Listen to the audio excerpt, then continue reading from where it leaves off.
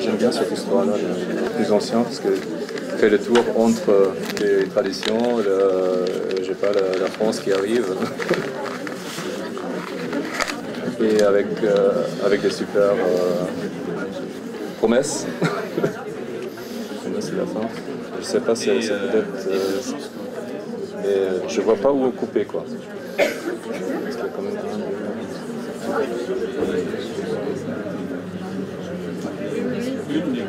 Il y a eu vraiment un travail des instituteurs ou des institutrices comment on dit, j'ai le mot en malgache, mais maintenant en français, mamoulak, c'est-à-dire dresser la langue, ou plutôt la langue, pas au sens subjectif, mais vraiment dresser la mâchoire pour dire des mots.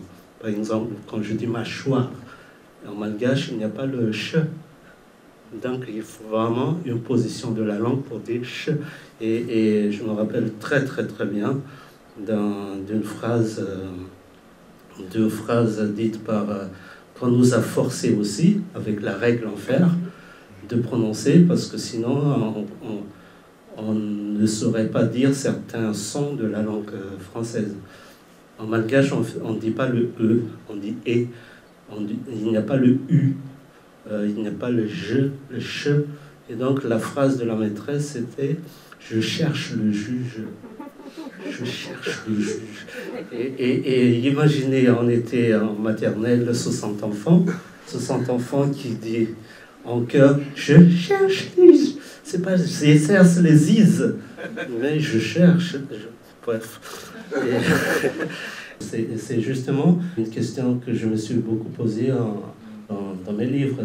Lorsque j'ai trouvé, entre guillemets, mon style, de me dire est-ce que je vais utiliser la langue malgache et que je vais franciser certains mots. Et j'ai fait le choix de ne pas le faire, de ne pas mettre de mots malgaches dans mes livres en français.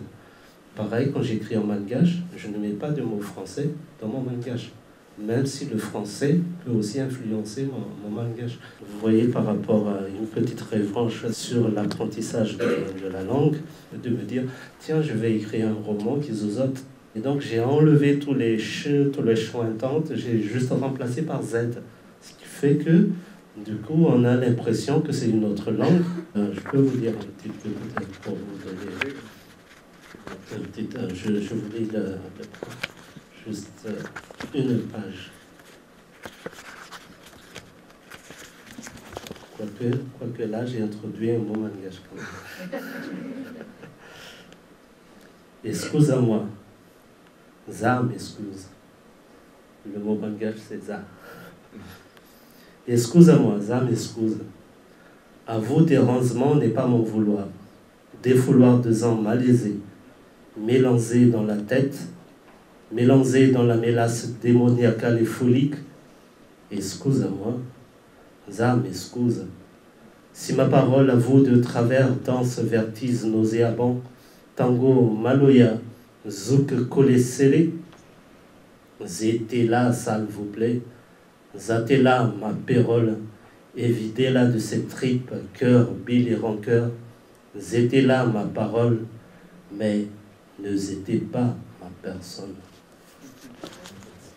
Et sur 300 pages, c'est comme ça. Il y a un moment, en fait, où la langue n'a pas d'importance.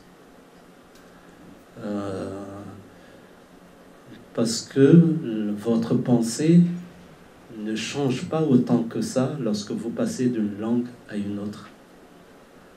Votre nature ne change pas autant que cela lorsque vous passez d'une langue à une autre. Vous êtes toujours la même personne. C'est peut-être juste votre choix de regard sur le monde qui va changer si vous changez de langue. Lorsque je suis arrivé en France avec le prix de Radio France Internationale, pendant un an, RFI s'est occupé de moi. Et il m'a fait rencontrer beaucoup d'éditeurs, des festivals. Et donc j'ai rencontré un grand éditeur qui me dit votre nom là, Hari, c'est bon, on va le transformer, on va le faire Harriman comme les Américains. Harriman, et comme les Américains. Donc, et Jean-Luc, c'est vieux, on va mettre Luc Harriman. Ça va bien. Et j'ai dit ouais, pourquoi pas. J'avais quand même 23 ans, j'arrive en France, c'était la première fois que je quittais mon île. Et donc, et puis la France, hein. Et vous êtes dans la maison de ce grand éditeur. Vous ne pouvez pas dire grand-chose. Et après, ils me disent, vous êtes très beau, jeune, votre écriture est violente, enlevez toute la poésie, mettez plus de sexe. Et là, j'ai dit oui en quittant le bureau, mais je ne suis plus revenu chez lui. Et puis je me dis, bon, dans ce cas, je vais juste mettre mon nom, Rahariman. Et j'enlève le prénom. Et comme ça, on va apprendre à prononcer mon nom.